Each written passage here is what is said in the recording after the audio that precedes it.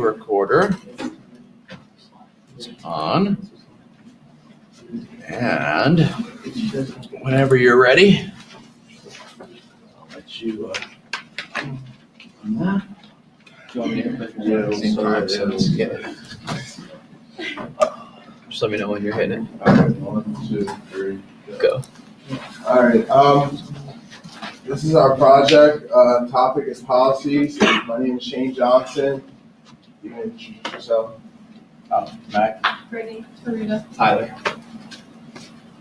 Just bear with me. Next 10 to 15 seconds. He said bear with me. All right. So to start off, our table of contents. Some of the things we'll be going over is equal opportunity and commitment to diversity, employee benefits, workplace safety, time off, leave of absence, workplace guidelines, conflicts of interest, and confidential information. So in 1972, the Equal Employment Act was passed. It gave Equal Employment Opportunity Commission the authority to sue federal courts if they feel as though people weren't offered an equal opportunity. Some of the things that they look for are race, color, religion, sex, national origin. Race and gender are at the forefront of job opportunity problems now. Women get paid around 79 cents to a man's dollar.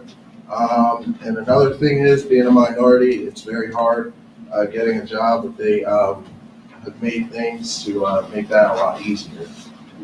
So the NFL, what they do is when someone loses their job or gets fired in the front office, in order for them to make another hire, they have to at least interview one minority. If they don't, they can be fined. Examples of this are Ravens GM, Ozzie Newsome. He was actually one of the first black GMs to actually get a job in the front office of an NFL. And to the right is Jaguars owner, Shahid Khan. He's actually one of the first minority owners also. The Americans Disability Act was created in 1990. It's a civil rights law that prohibits discrimination against people with a disability. Also, jobs have to offer handicap parking, and some of the new things you see nowadays are braille on the door, the bathroom doors, and ramps for people that are in wheelchairs. There are various types of harassment and things that go on in jobs, such as sexual harassment, physical, even bullying. Most jobs have HR managers that you can go to and talk to and handle those problems. Good example are Donovan McNabb and Warren Sapp. I don't know if you guys know, but they work for NFL Network. And a woman had came out and said that they were sending her inappropriate things and stuff of that sort. So she had went and told an HR manager what they were doing, and they're suspended right now without pay. Bad example is the Mavericks. I talked about this the other day. The president was sexually abusing women in his workplace, and him and the HR manager were really close. And they thought that if they went to the HR manager that he wouldn't tell or give the information that he needed to Mark Cuban, who was the owner. So what the NBA did, because of that whole situation, is launched a hotline for people to call if they feel as though they can't go inside their organization. There's a number now that you can call and actually talk to people that are completely away from the organization so that you can tell them your problems and they can get that fixed. Employee benefits include insurance, retirement plans, disability plans. Most of these are offered to full-time employees. It gives families kind of like a little peace of mind knowing that they're covered by their jobs. Insurance, there's all types of different kinds of insurance. I have Blue Cross Blue Shield. My parents do actually. And I actually have the medical card on me. Basically what you do is go to the doctor and give them that card, and they make you pay a copay of $5, $10, and you're able to get the help you need. Which brings you to group life insurance, which the job offers, and it covers your entire family. So it's not just one person. It's not just a person that has a job. or it's not just the husband and wife, it'll take care of the kids and everybody like that. And again, that is something that they offer full-time employees. Short-term disability usually happens within 9 to 52 weeks. It covers you after 14 days where you cannot go back to work. So some things such as that are pregnancy, which holds you out for at least a couple weeks, injuries or illnesses. Long-term disability kicks in once short-term disability ends, and it usually lasts from 3 to 6 months, and it pays 50 to 60% of your weekly wages. Some of the things that can cause like long-term disabilities are like sicknesses. One of the things I read about were cancers because people are out of work for so long. Retirement savings plans are usually 401k is usually sponsored by employers. It allows you to invest and save a percentage of your check before taxes, and most of the time your employer actually matches up to a certain percentage of what you actually take out, and so that money builds up, and when you retire, you get that money. Workers' comp, employees actually offer wage replacement for people that get hurt on the job. Good example is my brother's girlfriend's dad. He was actually working with a big piece of metal, and he was wearing steel-toe boots, and they had dropped a piece of metal on his toe, and actually the steel in the steel-toe boot bent and broke his toe. So they had to offer some type of compensation for that because he got hurt on the job. Employee assistance program is basically a volunteer program that is kind of newer, that helps employees with personal problems such as like financial problems or substance abuse or family problems. Up next is Tyler. He's going to go over workplace safety and workplace policy. Yeah, like Sean said, I'm going over the policies that will cover workplace safety. The policies that'll keep you and your coworkers safe on the job. The first policy that they cover is the drug-free workplace. So companies will issue drug tests to the employees to make sure the workplace is drug-free. They're more for insurance purposes as well as safety purposes. They're considered legal by the ADA because they're not considered medical exams. Up there, it says the Drug-Free Workplace Act of 1988 will require federal contractors to take drug tests in order to obtain the grants and the contract for their jobs. The textbook gives the example of Bates versus Dura Auto Systems. They were dismissed, the employees were dismissed because they failed the drug test for prescription drugs and they did not have prescriptions for them, and they were dismissed for that reason. The next is smoke-free workplace. State and local smoke-free laws cover almost 50% of all workplaces. We have some benefits for the employees and the employers for a smoke-free workplace. You see for both, it's safer, healthier employees. It could give smokers who want to quit a reason to because their employer may be requiring them to be smoke-free at the workplace. And then the employees will miss less time due to smoke-related illnesses for the employers. Emergency closings, everyone loves when they get the call that they don't have to go to work because of a power outage or weather or flooding or state of emergency. Employees can get up to 1 week's worth of pay for an emergency closing, but after that, they no longer will have the company pay for it. They'll have to start working, going based off their PTO and possibly working from home. So you may be happy and jumping for joy like these guys for an emergency closing, but after a week, you're going to get pretty upset when paperwork starts to pile up. You have to do it at home and start cutting into your PTO time to get paid. Workplace violence prevention is another big thing. Sean covered it with his slides. OSHA reports that nearly 2 million Americans are victims of workplace violence every year.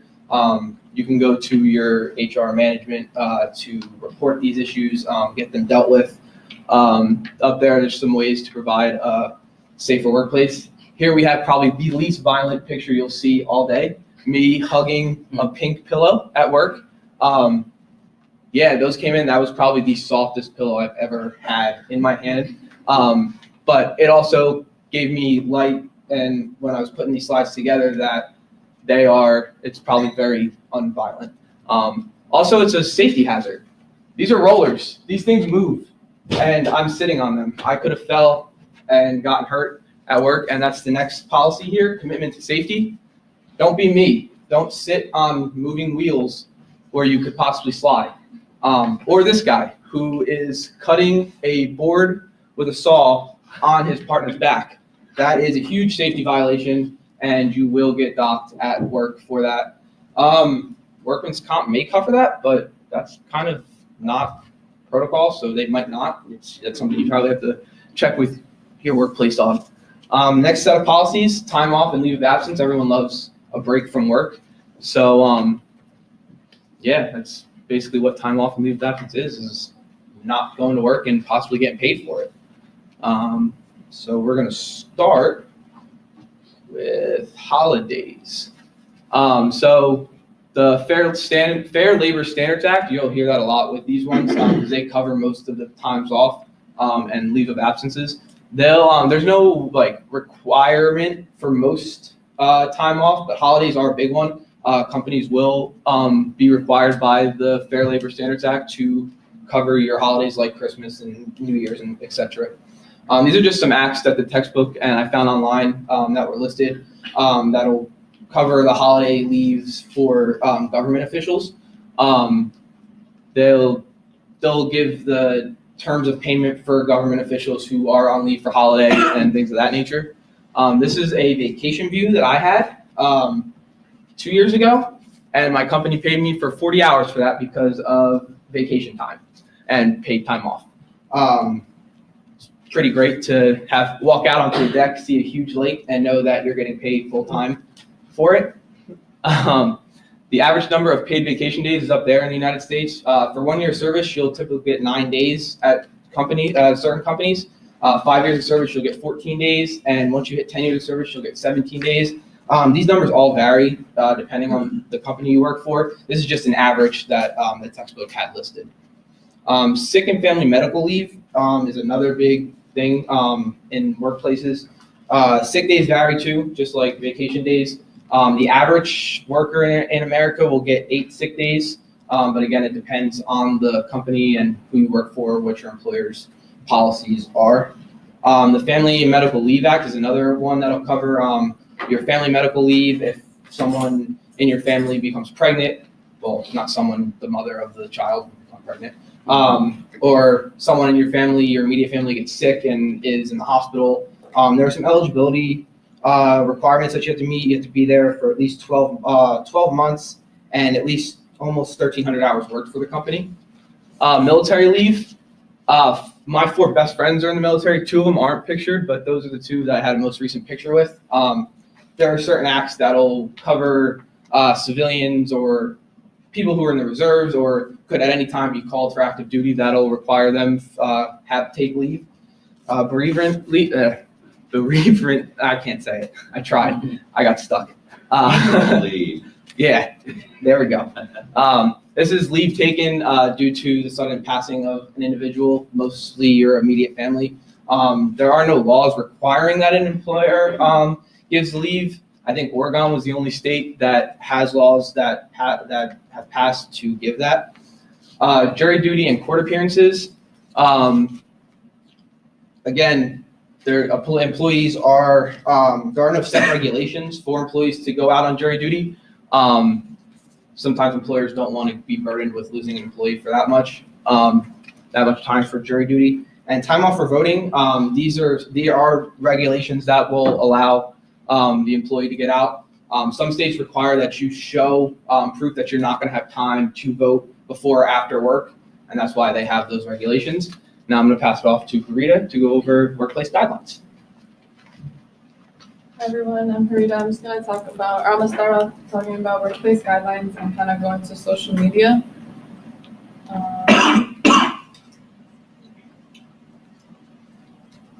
So off-duty use, since social media is considered like a personal endeavor, employees need to make sure that their social media activities don't interfere with work.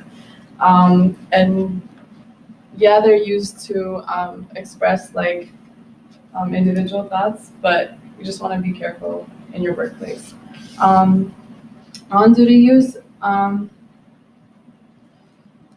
anything that is put on social media should be directly related to work, but you should get permission from your manager. And you have to be mindful that it should not reference clients of the company or its vendors or customers. Respect, employees should always demonstrate respect and dignity for the company and its customers and vendors. So employees need to ensure that they don't make any inappropriate comments on social media, and just remember that anonymous messages could be tracked. Disclaimers, there should always be disclaimers post if anything of the company is being discussed. So it should be the first page, and it should just say that this doesn't have to do with the company, this is my personal views. Competition, when you're using social media, you don't want to use social media to put down your competition, because that is a reflection of your own company. So you want to be humble and make sure you're careful on social media with what you post, and it is considered unprofessional to do that. Confidentiality is very important because anything that has to do with the company should stay in the company. Employees are free to talk about their jobs in general, but anything that is specific about the company should not be, any confidential information should not be disclosed about the company. Any new ideas that employees come up with or a company comes up with belongs to the business. So those should not be posted on social media as well, unless permission is given, because you wouldn't want to post an idea and then someone take it. Links, before providing a link to for a company, employees should contact the web design group to get the links to the company site, to register the site with the company. So you want to make sure that it's official. Trademark and copyrights, you never want to use a company's trademark on social media, or even reproduce it and create something from it without permission.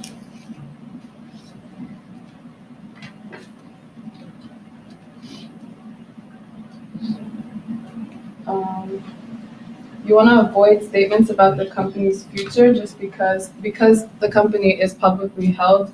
You want to avoid publicly or like disclosing or writing about growth, sales profit, future products or services that they may have, because it could violate SEC rules or Security and Exchange Commission rules. So you want to be mindful.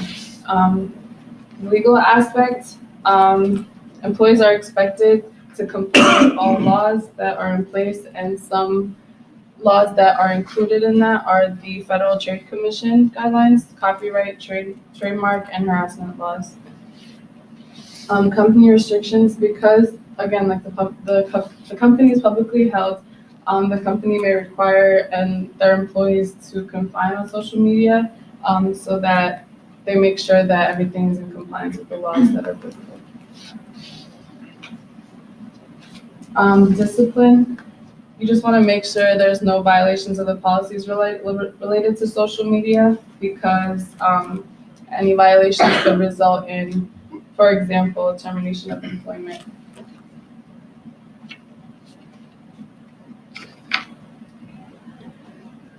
Bulletin boards, all required government postings should be posted on a bulletin board. So usually there's bulletin boards like in like a break room or things like that. Anything that is important should be posted here. Employees are able to submit notices, but the company is allowed to reject or deny any of those notices. So solicitation, this goes without saying, is strictly prohibited by employees in order to protect employees and visitors on working time. Working time basically means any time that's not when you're on break or going to lunch. So computers, the companies usually provide their employees with multiple ways to communicate from the company, so like a phone, a computer.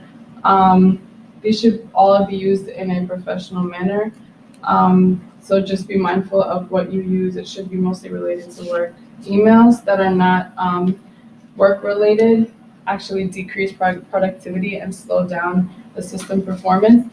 So you have to be mindful that that you keep track of that and have maybe separate emails. And also the information you send from email is not always secure, so that information isn't always protected. Phones, you may also get phones from your company, and you want to limit the phone to work use and make sure that you're not using it for personal calls all the time.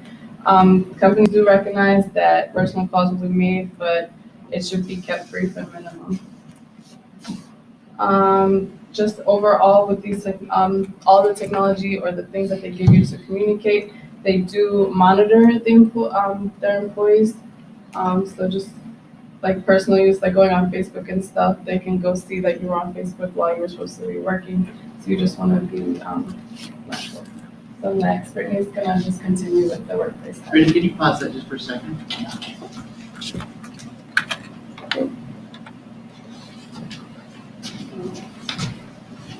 Oh, I messed everything up. All right. Just a couple of points. Oh, well done, by the way. I know that you're saying, why is he stopping me? Because there are some good points going forward, but I just wanted to state that technology in your workplace, I think that's something that I need to emphasize or reemphasize with you. Companies have the right and the ability, if you're on work time, to look at whatever you're doing. You made a good point of this. I just want to reinforce that. They actually have the legal right to do that. Now, is it a little fuzzy? Yeah, a little bit. But let's just pretend that it's right and that, okay, because they do. Why and how? If you're inside your company's firewall and you touch that internet, it is no longer your private business, no matter what you do. You send emails to your own private account, you look at your Facebook or whatever, but it's going through their ISP. Does everybody know what I'm saying here? And they can track it, they can put bells and whistles on it. If you've got porno or whatever else going through there, or even inappropriate jokes that somebody sends you, you are responsible for that. Can schools, can Rowan do that? Well, that's kind of a gray area. So let's say that they have an acknowledgement screen that says, you agree not to, those acknowledgement screens that you might have signed when you first became a student? So that gives them the permission and the right to look at things. What do they care about? They probably care if you put things up such as, I'm going to be a professional school shooter. I think that's more the things that Rowan would be looking for, not your business on Tinder or whatever that is. But if you go through any ISP, even if you're on, when you hit the private button, right, and it's supposed to not track your cookies, that's still being tracked through the Rowan servers. But in the business world, if I worked at Rowan, okay, I work here, so yes, they can certainly track any and everything that I do through my servers. So what does that mean? Well, if I were to do something extremely personal from here, I would definitely want to use my own phone that has an outside link. I don't want to go through the Rowan ISP. So I'm telling you a little trick here. So if you're at work and you need to do something personal, definitely go through your T-Mobile data download, unlimited data download. Don't hook up into somebody else's ISP. It's a little bit of the way to do that. I have broken into people's computers in their offices, had to take data security people with me, bust through their passwords and their firewalls, get things on their personal computers. If somebody makes a complaint about you, that's part of the due diligence and the research to go look at all your work stuff. So, it's a good point, and I know that I haven't made that as well. Solicitation policy, second policy. Why can't you do solicitation at work? Can you go to work and sell Girl Scout cookies for your daughter? The answer to that is no. Almost universally, companies have a policy in place that does not allow you to do any solicitation. Why? Because if you allow solicitation of any type, then you've got to allow solicitation of any type. And that's specific to labor unions for the most part. If you sell Girl Scout cookies on your desk for your daughter or whatever, a labor union can come in and use the exact same process to sell their labor union stuff. Or perhaps a religious organization, or perhaps equal time for any number of things. So that's just a couple of these policy things that folks, that I like to reemphasize. Instead of doing the whole lecture on policies, I'll just jump right in here and add those to it.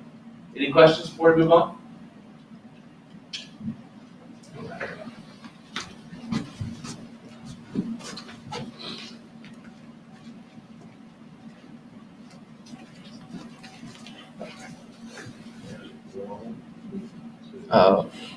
Yeah. Good.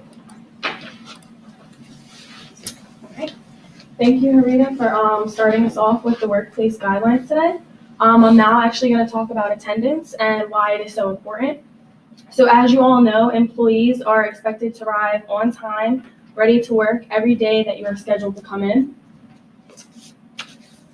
So if for some reason something comes up or you're unable to arrive at work on time, or if an employee may be absent for the entire day, it's just the responsible thing to do is just to contact the supervisor via email, via phone, however you can get in touch with them, just so they know that you're not going to show up and it's just responsible.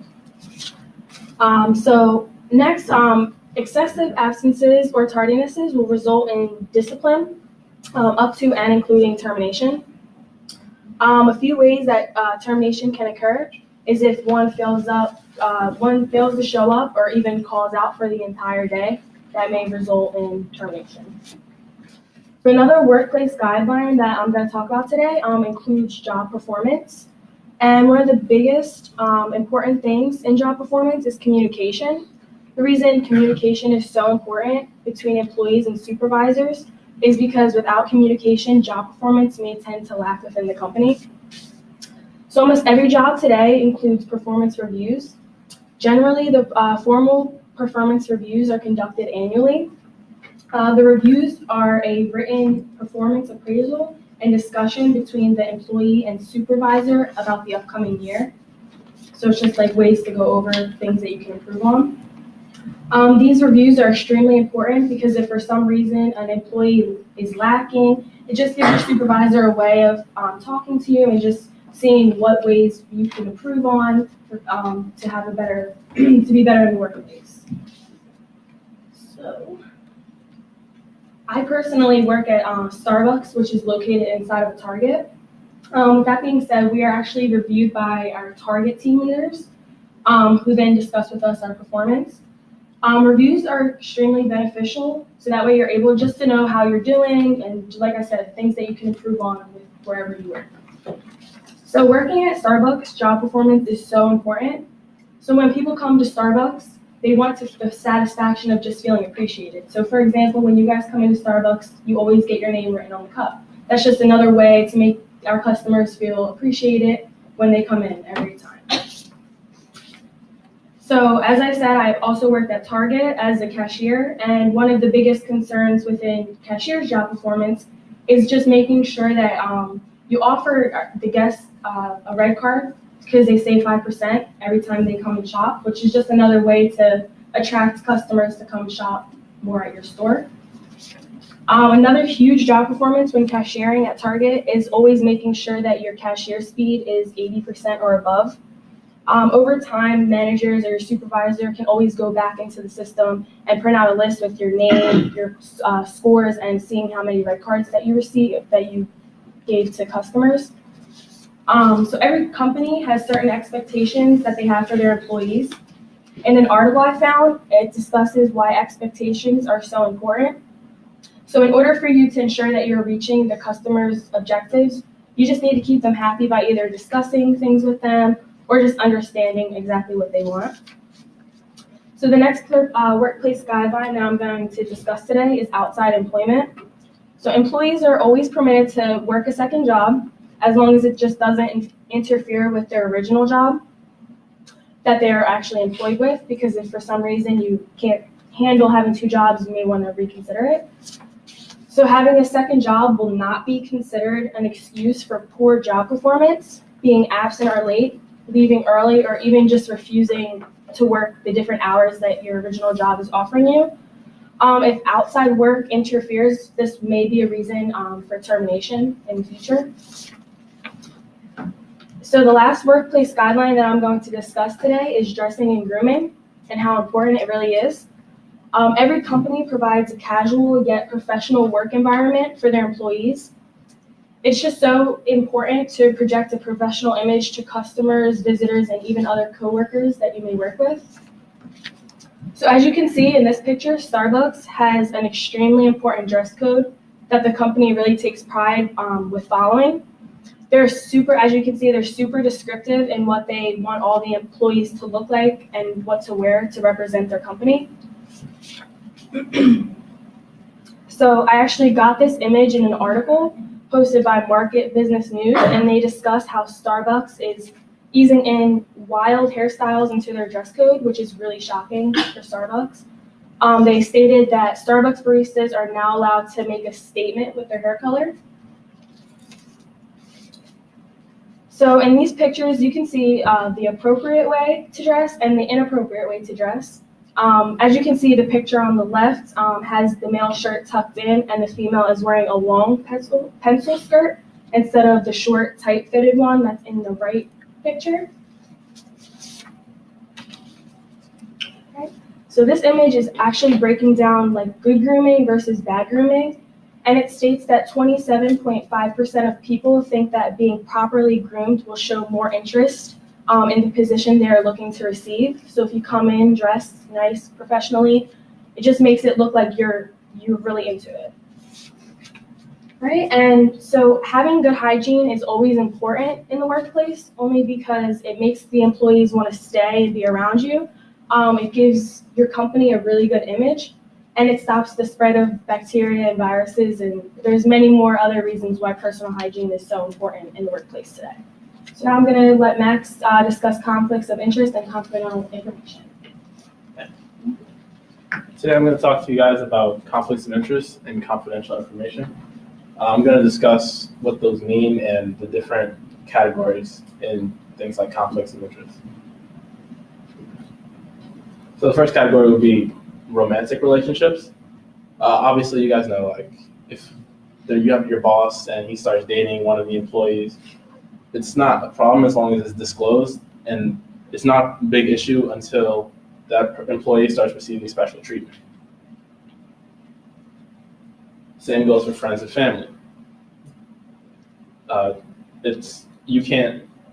Nepotism, okay? When your boss hires his son, uncle, niece, nephew, they can't receive any special treatment as an employee of the same company that everyone else is working at.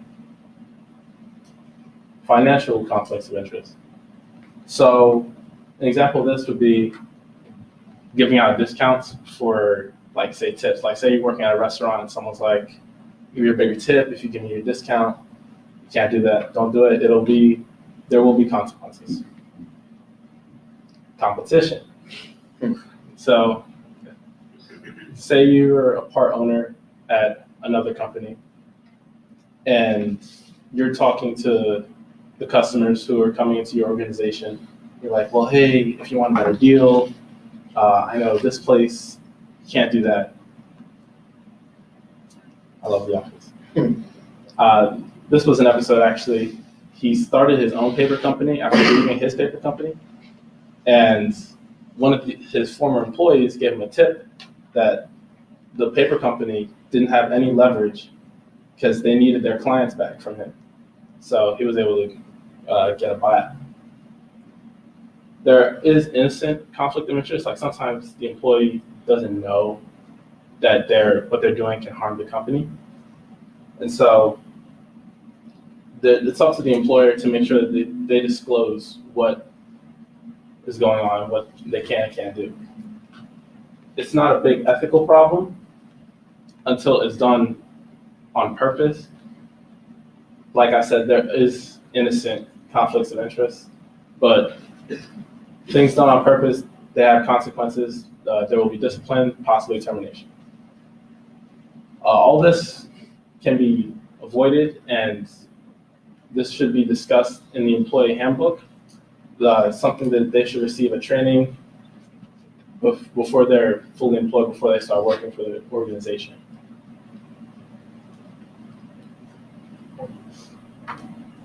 Confidential information. This is basically anything that outside world doesn't know about the organization that is of value to the company.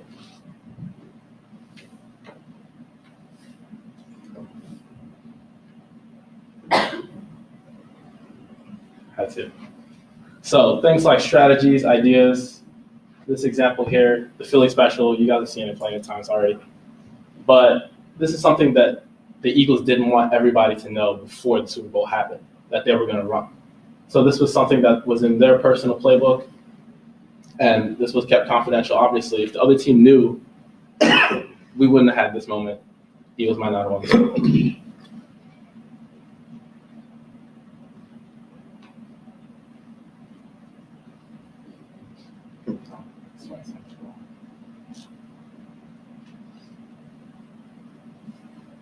I had it. So this is another example of confidential information. This guy, he was the #1 pick in the NBA draft this season. He was supposed to be really good for the Sixers, and then somehow he injured his shoulder, and he can't shoot anymore for some reason. But the Sixers, they're not disclosing that information. They're not telling us how it happened, what their plans are for him to come back, because he's a very important piece of the organization, and they want to take their time with it, and they want to bring him back on their time and on their terms.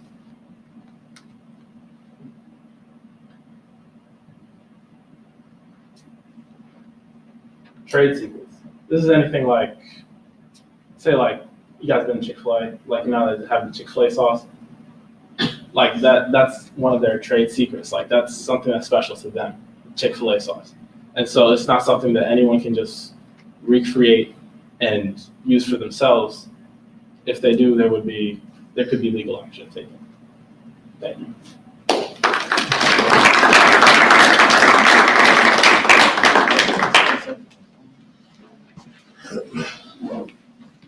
Good job.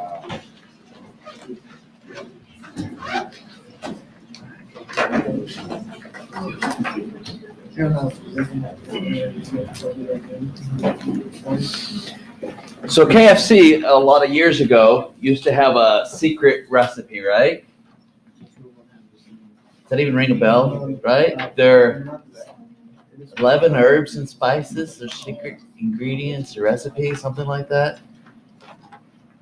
So they didn't trademark that or patent it. They just keep it secret. So they don't have to release it in any way, shape, or form to the public. But if somebody were to discover it, then it wouldn't be patented either. Yeah. Right. Water displacement number 40 is like taken 40 times, and they did the same thing. It's kind of interesting how sometimes if you keep something a secret, and that's a lot of times in organizations will have a policy to have a non-compete. So if I sign up and they give me enough money for a particular company, when I quit, I have to agree not to work for a competitor for a year. And usually there's a bunch of legal things associated with that. So a non-compete clause is a bit tricky. There's a lot to it, but that is also a kind of a policy that companies can set up. You don't want, say, whoever wrote the Philly special, you don't want one of those coaches to go to New England the week before the game, and New England can't really buy for $100,000 or whatever all their plays or their playbooks. That's just, you'd never get placed again. Oh, I guess the Patriots would do that because that's the kind of team they are, but you know what I'm saying. Good personalization. Professor Casper has a word that he is worried that his students aren't pronouncing correctly, and it can come off as ignorant when they're in interviews. So, look at your vocabulary. Do a quick Google search on the 20 most mispronounced words by millennials.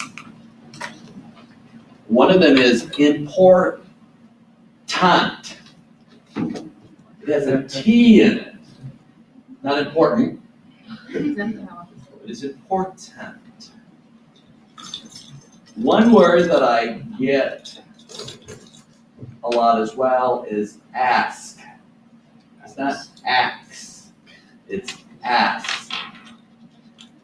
And you need to be very familiar with your colloquial terms, what you might use with your friends and colleagues versus what is appropriate or not. I'm not looking for appropriate or not appropriate. There's just some words that you do. Does anybody find that list? What are you laughing at? Did I say something wrong? No, I was trying to say ask.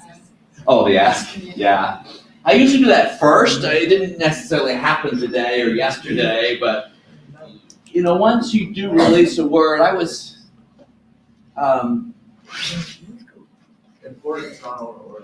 It's not on the list. Yeah, I found one too. It's not there either. It's on my list. What do you got on there, Nicole? I have athlete, nuclear. Nuclear. Don't pronounce it like George Bush. What was the first one? Athlete? Athlete.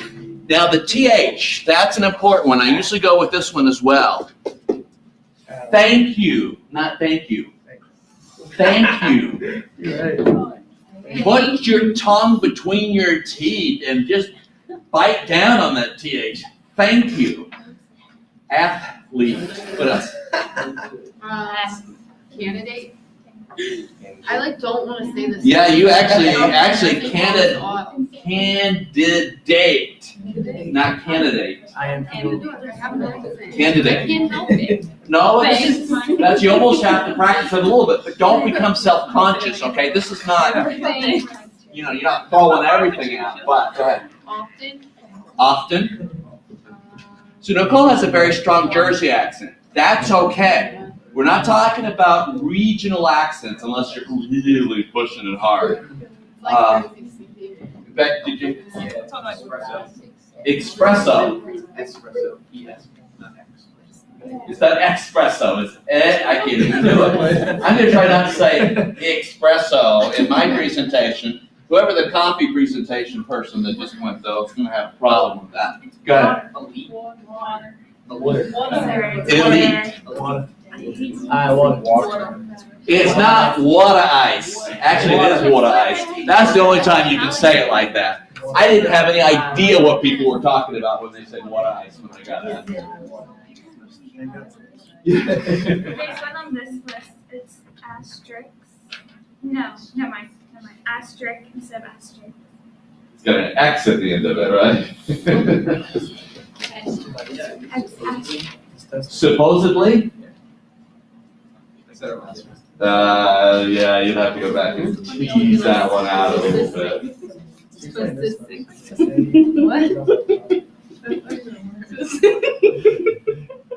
We're just making up words now.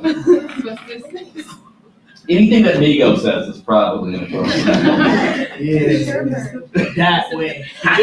That way. What's that? It's shit. Let's not do that one again. Yeah, so some of these you may not be using in your presentations, and some of them that you might. Once our kids, they're gonna come out saying how about that? Weird thing. Yeah. Okay, so I think that's it. Well done presentation. Thank you. You're the man. I can say it slow, but common conversation, you both want us to do it. What? Stop talking. I know. I'll see you tomorrow. Okay. I think you're still recording. Yeah, so that'll be a nice Yeah. long video there. Yep. It'll be long. Don't watch the end of it. Yeah. That's the thing I need to learn about this is to remember to turn it off. Specific. All right, that's all good industry now. You have that power.